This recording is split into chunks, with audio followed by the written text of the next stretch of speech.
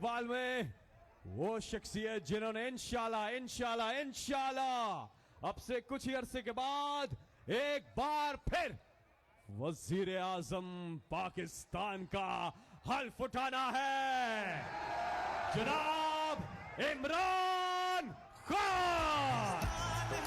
ये मेरा पाकिस्तान है, तेरा पाकिस्तान है, ये मेरा पाकिस्तान है। इस पे दिल कुर्बान, इस पे जान भी कुर्बान है। ओ इस पे दिल कुर्बान, इस पे जान भी कुर्बान है। तेरा पाकिस्तान।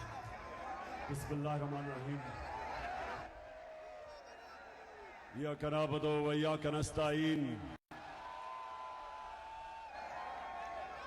अल्लाह तेरी इबादत करते हैं, तेरे से ही मदद मांगते हैं। मेरे चक झुमरा के अजीम शहरियों,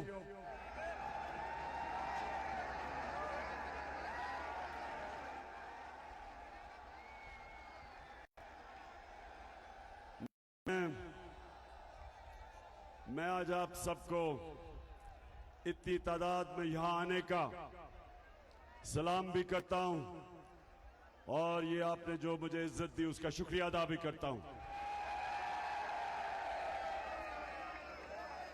नौजवान अली अफजल,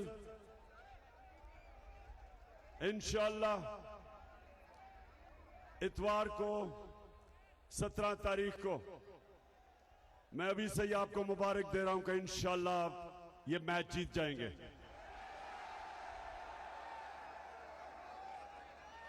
मैं जब से फैसलाबाद के एयरपोर्ट पे उतरा हूं, सारा रास्ता मुझे लोग सड़कों पे नजर आए और मैंने मेरे चक झुमरा के नौजवानों और मेरी बहनें भी सामने आई हुई हैं। अब सबको मैं एक चीज बताना चाहता हूं कि मैं उस मुल्क के साथ बड़ा हुआ हूं। पाकिस्तान सिर्फ 5 साल का था जब मैं पैदा हुआ, तो मैंने इस मुल्क की सारी ऊंच नीच देखी है।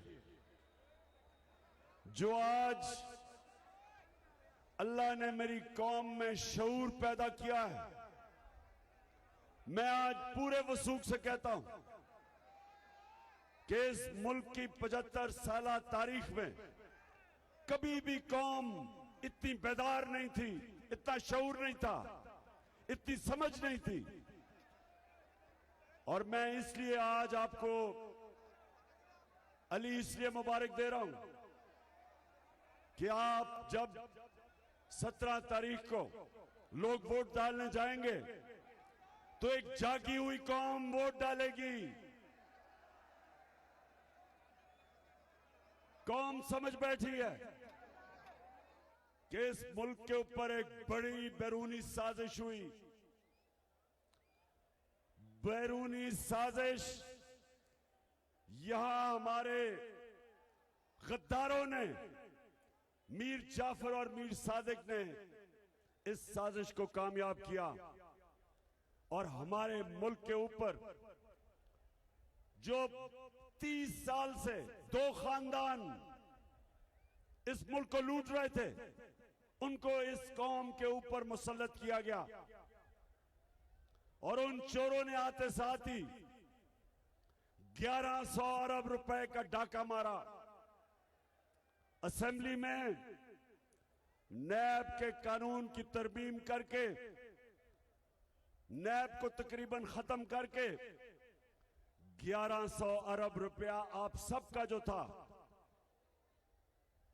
मेरे नौजवानों, ये आपका पैसा था जो उन्होंने आते साथ ही डाका मारा, एनआरओ लिया। पहले इन 2 चोरों ने जनरल मुशर्रफ के दौर में एनआरओ लिया, तब जो इन्होंने अपने पहले दौर के 11 सालों में मुल्क को लूटा था वो चोरी माफ करवाई और फिर इस बारी आके जो 10 साल इन दोनों ने मुल्क को लूटा था, करप्शन केसेस इनके दौर के बने थे।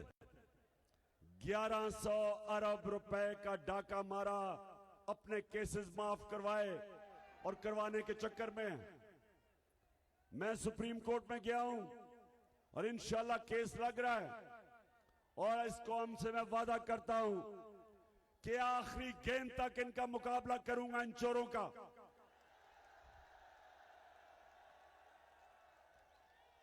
किसी सूरत आपका 1100 अरब रुपया मैं इनको हजम नहीं करने दूंगा। तो आपने सबने मेरे साथ खड़े होना है। आप सब मेरी टीम है, आप सब मेरी टीम है। कैप्टन मैं आपका, और मुकाबला करना इस कैप्टन को आता है।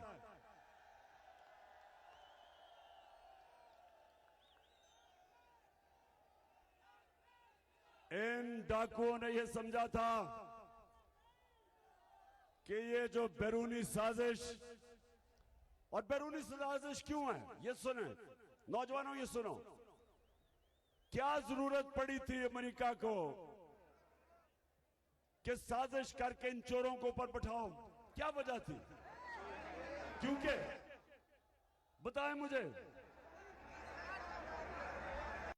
आपका क्या ख्याल है कि अमेरिका हमारा खैर ख्वाह है? क्या अमेरिका इस मुल्क की बेहतरी चाहता है?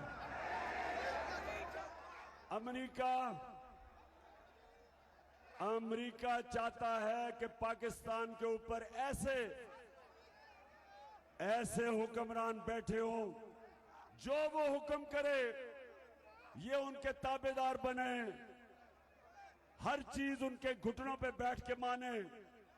वो अगर हुक्म करे कि जनाब हमारी जंग में शिरकत करो, तो एक टेलीफोन कॉल के ऊपर उस वक्त का सरबरा घुटने टेक गया और अमेरिका की जंग में हमें लेके गया। तो जानते हो पाकिस्तान ने कितनी कुर्बानी दी उस जंग में? जानते हो? कौन जानता है आप में से? 80,000 पाकिस्तानी मारे गए, 80,000। और आज भी हमारे फौजी जवान कुर्बानियां दे रहे हैं बॉर्डर के ऊपर, बलूचिस्तान के बॉर्डर और अफगानिस्तान का जो बॉर्डर पख्तूनख्वा के साथ, आज भी कुर्बानी दे रहे हैं। उस जंग की वजह से जो एक धमकी मिली हमारे सरबराह को और उस जंग में शिरकत कर गया, और उसके बाद जब ये दोनों आए तो कौम ने समझा कि ये तो जमहूरी लीडर हैं, ये तो आके अपने लोगों की मफादात की हिफाजत करेंगे। वो तो मिलिट्री डिक्टेटर था। लेकिन जब ये दो आए तो अमेरिका ने, जानते हैं कितने ज्यादा ड्रोन अटैक किए पाकिस्तान पे? जानते हो? 400 दफा उन्होंने आके इस मुल्क पे बमबारी की।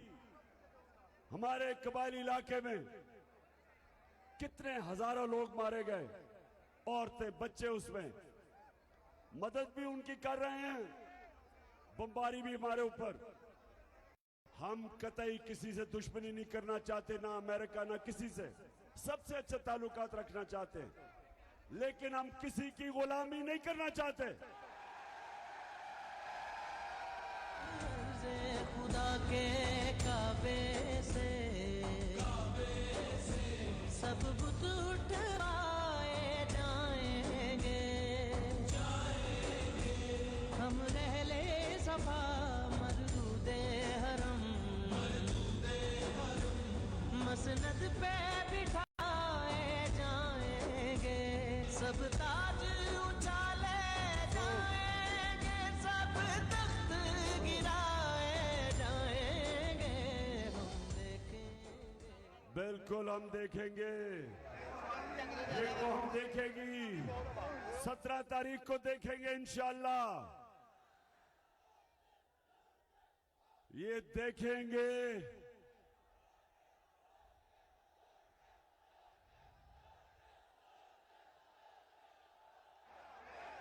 लोटों को देखेंगे।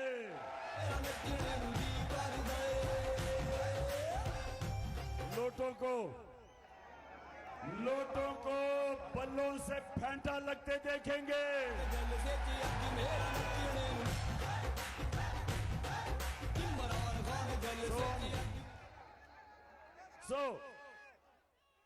चक जुमड़ा,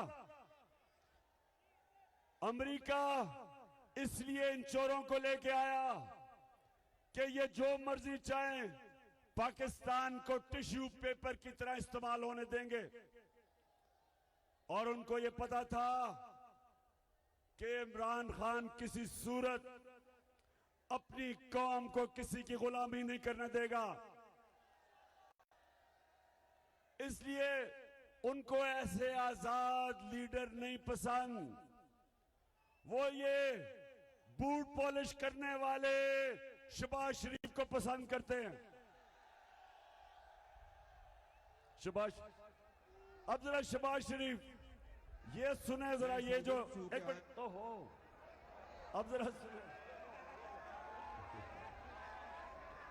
जरा आराम से सुनना कि ये आपका प्राइम मिनिस्टर जब पैसे मांगने गया सऊदी अरेबिया, यूएई और तुर्की, जरा सुने ये।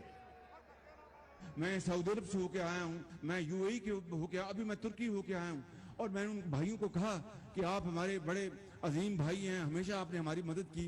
और मैंने यही कहा, जब मैं आया हूँ तो आप समझेंगे शायद ये मांगने आया है। मैं मांगने नहीं आया, लेकिन मजबूरी है।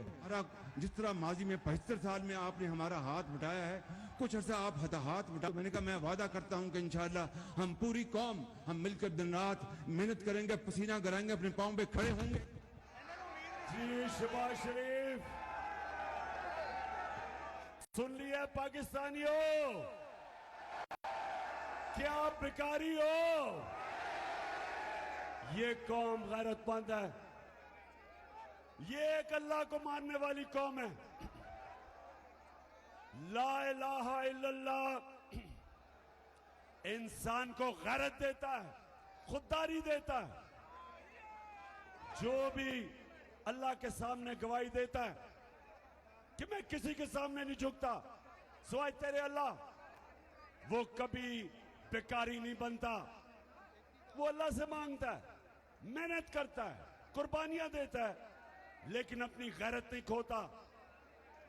ये शहबाज शरीफ, मुझे ये जरा ये जवाब दो कि 32 साल से आप शरीफ और जरदारी खानदान इख्तियार में बैठे, 32 साल से, तो 32 साल से आप हाथ फैला के बैठे हो, 32 साल से भीख मांग रहे हो। कौम गैरतमंद है, कौम गैरतमंद है। शर्म आपको नहीं आती भीख मांग के? कौम गैरतमंद है। अगर आप में गैरत होती, सुन लो, आप में गैरत होती तो जो आपके खानदान शरीफ खानदान ने और जरदारी खानदान ने 30 साल से इस मुल्क का पैसा चोरी करके बाहर लेके गए हो, वो पैसा वापस लेके आते, भीख ना मांगते, कौम को जुलील ना करते, पैसा वापस लेके आते। तो नौजवानों बताओ, मुझे ये बताओ कि आपको एक ऐसा प्राइम मिनिस्टर चाहिए जो भिखारी हो? कहता मैं यूएई भी पैसे मांगने गया, मैं सऊदी अरेबिया भी पैसे मांगने गया, मैं तुर्की भी गया। आप मुझे ये बताएं कि क्या इज्जत रह जाती है पाकिस्तानियों की? पूछें बैरून मुल्क पाकिस्तानियों से, क्यों आज वो क्यों मेरे साथ खड़े हैं? क्यों उन्होंने इतने इतने बड़े मुजाहरे किए जब मेरी हुकूमत को हटाया गया? क्योंकि वो तरसते हैं कि कोई उनके मुल्क में एक खुददार लीडर आए ताकि उनको शर्मिंदा ना कराए। ये देखें, ये जरा जिस तरह का लीडर है, प्राइम मिनिस्टर अपने आप को भी शर्मिंदा करवाता है और सारी कौम को भी शर्मिंदा करवाता है। इसलिए 17 तारीख को आपने निकलना है।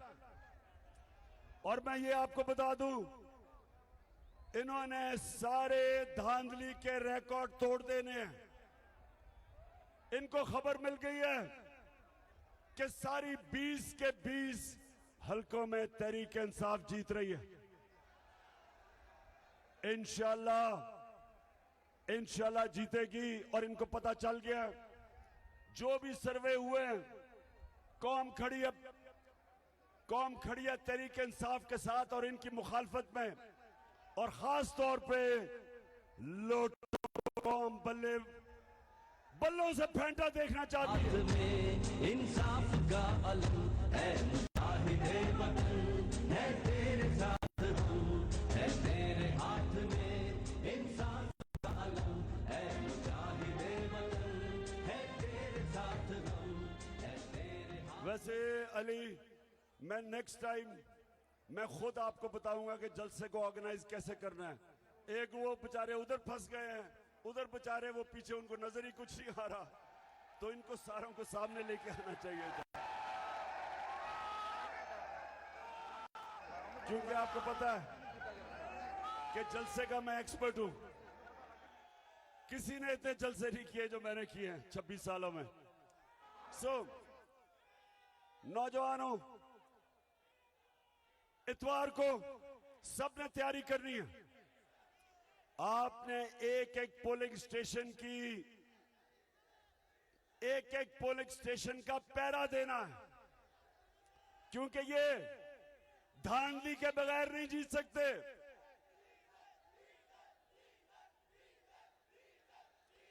हाँ, मैंने ये कहना था कि शहबाज शरीफ, ये बड़ा रात आपने लोगों पे एहसान किया। पहले डीजल की कीमत 130 रुपए बढ़ा दी। सॉरी, मैं माफी चाहता हूं। फजलुर रहमान की कीमत बढ़ा दी पहले 130 रुपए, और उसके बाद 35 रुपए नीचे ले आए। बड़ा आपने एहसान किया लोगों पे। जब हम गए थे, आज इंटरनेशनली तेल की कीमत कम है। आज जब हम गए थे वो ज्यादा थी, आज उससे कम हो चुकी है। और मैं इनसे सवाल पूछता हूं कि कैसे हो गया कि आपने तेल की कीमत नीचे नहीं लेके आए। आपको भी आज पेट्रोल की कीमत 150 रुपए लीटर पे आना चाहिए, और फजल रहमान की 144 रुपए लीटर लानी चाहिए आपको, क्योंकि तेल की कीमत तो कम हो गई है। तो क्या जवाब है? और जवाब यह है कि IMF का हुक्म है। हमने 2.5 साल IMF के साथ गुजारा किया है। उन्होंने हमारे पे भी जोर लगाया कि कीमतें ऊपर करो। हमने नहीं की, क्योंकि हम सबका जीना मरना पाकिस्तान में। ये वो लोग जिनके बाहर बड़े बड़े महलात, सारा नवाज शरीफ का, इसका जो सारा टब्बर है बाहर बैठा है। सिर्फ एक रेडियो आकाशवाणी को पाकिस्तान में छोड़ा हुआ है। आकाशवाणी रेडियो जानते हैं ना सारे? आकाशवाणी रेडियो की एक खासियत है कि वो सच बोल ही नहीं सकती, इसलिए सारा टब्बर बाहर है। लंदन के सबसे महंगे इलाके में ये रहते हैं, सबसे महंगा इलाका है जिधर ये रहता है। इसका बेटा के घर पे रहता है। नवाज शरीफ जो 4 बड़े बड़े महल्लात हैं लंदन के महंगे तरीन एरिया में, उसकी मालिका है मरियम नवाज, उसके नाम पे। आज तक एक रसीद नहीं दे सके कि पैसा आया किधर से है, एक दफा नहीं बता सके। और मुझे अफसोस से कहना पड़ता है कि हमारा इंसाफ का निजाम बड़े बड़े डाकुओं को नहीं पकड़ सकता, सिर्फ छोटे चोरों को जेल में डालता है। सिर्फ ये भैंस चोरी कर ली तो गाय, और ये बकरियां चोरी कर ली या मोटरसाइकिल, वो जेल में। बड़े बड़े डाकुओं को नहीं पकड़ता। ये है पाकिस्तान का अलमिया।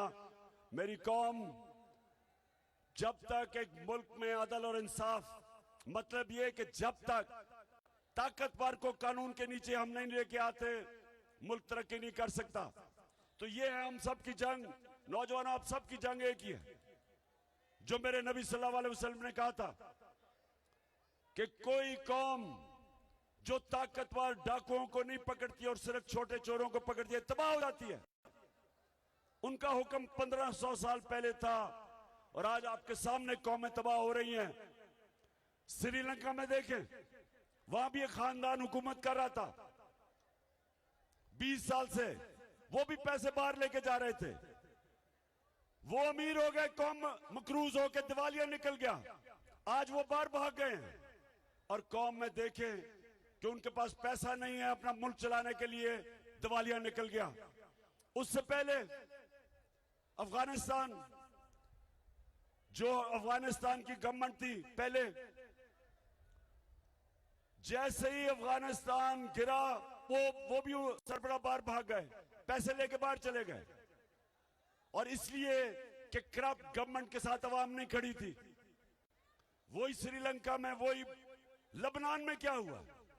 बेरूत, सबसे ज्यादा सारे मिडिल ईस्ट में जो शहर था, जो दुनिया जाती थी दुबई से पहले, वो बेरूत था। उधर भी हुक्मरान, उन्होंने आके चोरी करनी शुरू की, दिवालिया निकाला। आज 70% लोग लेबनान में गुर्बत की लकीर के नीचे चले गए।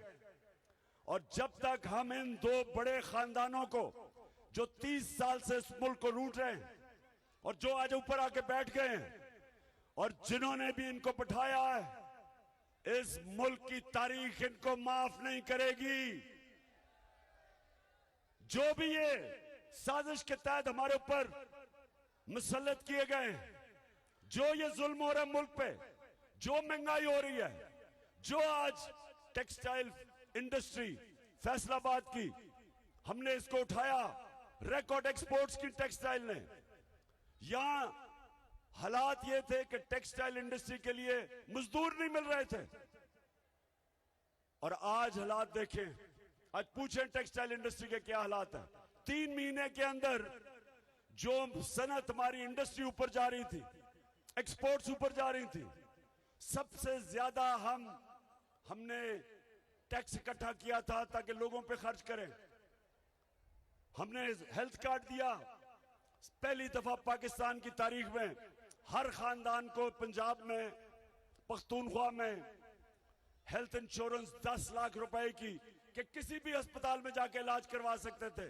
इसके बावजूद कि हम IMF के प्रोग्राम में थे, हमने हेल्थ कार्ड लिया, हमने पनाहगाहें बनाई, हमने एहसास प्रोग्राम, जो दुनिया ने माना कि फलाई रियासत की तरफ पाकिस्तान को लेके जा रहा था।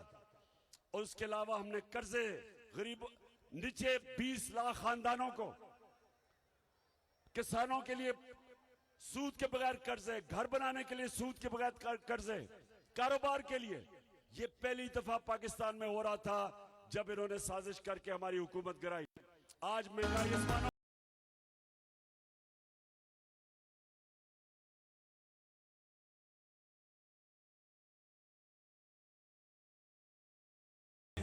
आखिर में चक जुमरा, मैं तो हैरान हूं जितनी तादाद पे आप आए हैं। मैं आपका शुक्रिया अदा करता हूं और इंशाअल्लाह अली अफजल आपको मुबारक भी देने आऊंगा। लेकिन ये याद रखें, खेलों के ग्राउंडों में मैंने एक चीज सीखी थी, जब तक आखिरी गेंद नहीं हो जाता मैच जीता नहीं जाता। आपने आखिरी गेंद तक मुकाबला करना है और इंशाअल्लाह मिलके हम यहां जश्न बनाएंगे जब हमजा कुकड़ी